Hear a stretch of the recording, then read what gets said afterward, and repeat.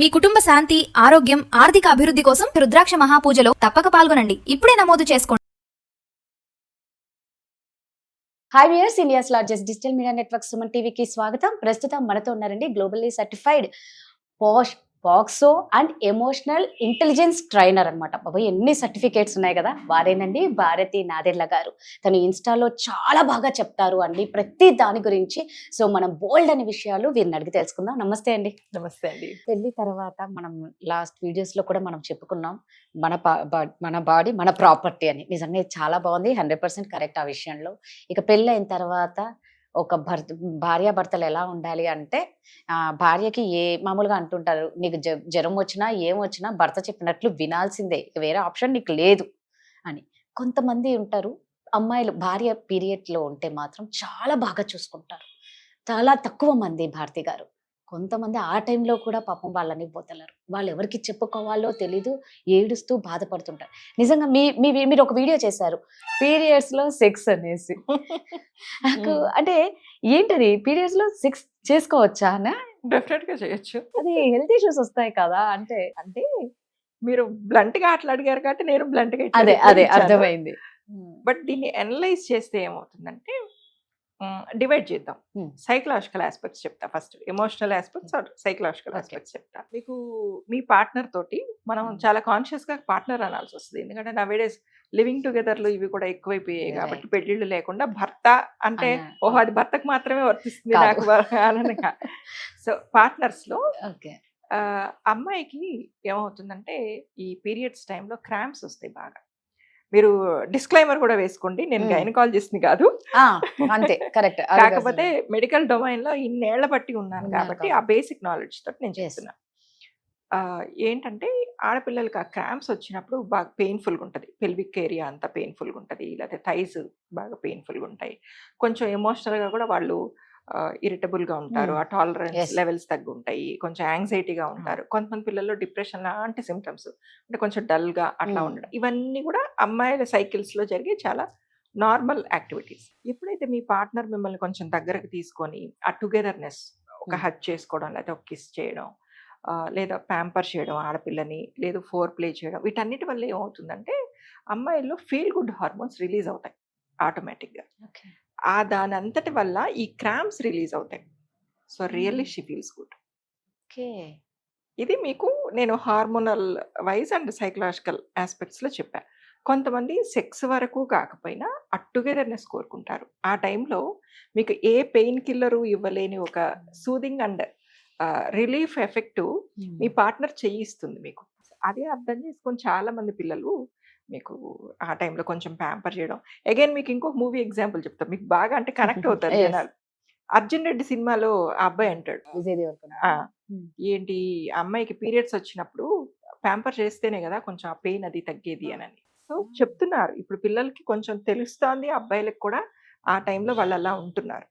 ఇక డైరెక్ట్గా సెక్స్ చేస్తే ఏంటి అని అంటే, ఇంకొక రకంగా కొంతమంది ఆడపిల్లలు ఏంటంటే వెజైనా దగ్గర నార్మల్గానే కొంచెం డ్రైనెస్ ఉంటుంది, వాళ్ళకి డిఫరెంట్ కారణాల వల్ల వీళ్ళకి సెక్షువల్ ఇంటర్ కోర్స్ అనేది కొంచెం డిఫికల్ట్ అవుతుంది అనమాట.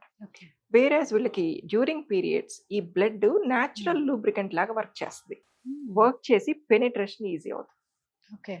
ఈజీ అవడం మూలాన they both feel very comfortable in different angles, different aspects and different bondings గురించి చెప్తున్నాను.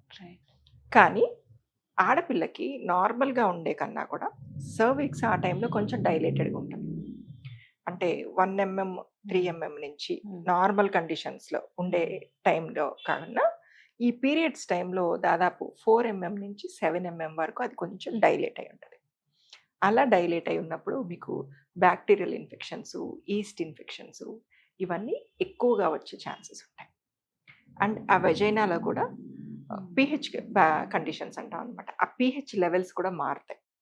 మారి నార్మల్గా ఎసిడిక్ కండిషన్స్లో ఉండేది కొంచెం ఆల్కలైన్ కండిషన్స్లోకి వెళ్తుంది. అప్పుడు న్యాచురల్గా వెజైనా దగ్గర ఉండే గుడ్ బ్యాక్టీరియా కూడా చచ్చిపోయి ఈ ఇన్ఫెక్షన్స్ వచ్చే కండిషన్స్ ఎక్కువ అవుతాయి అన్నమాట. అది సో మీరు లేదు మాకంతా బాగుంది మాకు కానీ కావాలనుకుంటున్నాము ఆ టైంలో అంటే ఏం చేయాలి అంటే, compulsory you have to play safe. అంటే కండం వేసుకుని మీరు సెక్షువల్లీ Mhm. పార్టిసిపేట్ చేయొచ్చు ఆ టైంలో. ఓకే. అది లేకపోతే మాత్రం ఇన్ఫెక్షన్స్ వచ్చే రేట్ ఎక్కువ ఉంటుంది. ఇంకొకటి ఒక మిత్ బస్టర్ చెప్తా. కొత్తగా పెళ్ళైన పిల్లలు ఏంటంటే ఏమనుకుంటారు, పీరియడ్స్లో ఉన్నప్పుడు కనుక సెక్స్ చేస్తే మాకు ప్రెగ్నెన్సీ రాదు, so that is the safe period మాకు, సో ఈ టైంలో సెక్స్ చేయొచ్చు అన్న థాట్ తోటి ఎట్లాంటి ప్రొటెక్షన్ లేకుండా ఆ టైంలో సెక్స్లో పార్టిసిపేట్ చేస్తారు. That is a myth. Okay. There is a chance that you can get conceived. ఎందుకంటే మీకు పీరియడ్ సైకిల్లో ఓవులేషన్ కొంచెం సైకిల్స్ షార్ట్ సైకిల్స్ ఉండే వాళ్ళకైతే సెమెన్ ఒక్కసారి మీ బాడీలోకి వచ్చిన తర్వాత, వెజైనాలోకి వచ్చిన తర్వాత అప్ టు 5 to 7 days బాడీలో లైవ్ ఉంటుంది. ఆ టైంలో కనుక మీకు ఓవులేషన్ జరిగింది అనుకోండి, there is a very strong chance of for getting conceived. So అది మిత్. ఓకే. ఆ టైంలో పార్టిసిపేట్ చేస్తే పిల్లలు పుట్టరు, మాకు కన్సీవ్ అవ్వము అనుకోవడం myth. There is a chance. So ఎప్పుడు వీటన్నిటికీ పరిష్కారం ఏంటి అంటే కండోమ్ వేసుకో. You can do, but you have to play safe. అది పార్ట్నర్ మీద ఆధారపడి ఉంటుంది. అండ్ దాని అన్నిటికన్నా గురించి ముఖ్యం, మనం ప్రీవియస్ వీడియోస్లో అనుకున్నట్టు కన్సెంట్, బాడీలీ yes. కన్సెంట్ ఎట్లా ఇంపార్టెంటో ఇక్కడ కూడా ఎస్పెషల్లీ అమ్మాయి emotional consent, physical consent important. ఆ అమ్మాయికి డిఫికల్ట్గా అనిపిస్తున్నా, లేకపోతే ఆ టైంలో అసలు చాలా మంది పిల్లలకు నచ్చదు రావడం దగ్గరికి, అలాంటప్పుడు మీరు ఫోర్స్ చేయకూడదు. సో ప్రైమరీ ఏంటి అంతే కదా. వీటన్నిటికీ అంటే ఇష్టం. మీ ఇద్దరికి కూడా దాని మీద ఇష్టం ఉండాలి. ఎవరు కూడా రెండో పార్ట్నర్ని ఫోర్స్ చేయకూడదు. సో యాక్చువల్గా ఆ టైంలో వాళ్ళ మూడ్ స్వింగ్స్ అన్ని కూడా డిఫరెంట్ గా ఉంటాయి కదండి. కోపము, చిరాకు, షార్ట్ టెంపర్. అందుకనే బెటర్ దాన్ సెక్స్ కొంచెం మీరు ఆ ప్యాంపర్డ్నెస్ వీటిల మీద కాన్సన్ట్రేట్ చేస్తే ఆ పిల్లలు కొంచెం సూద్ అవుతారు. నిజంగా ప్యాంపరింగ్ ఆ టైంలో చాలా అవసరం. ఇంపార్టెంట్. సూపర్ అండి. Thank you.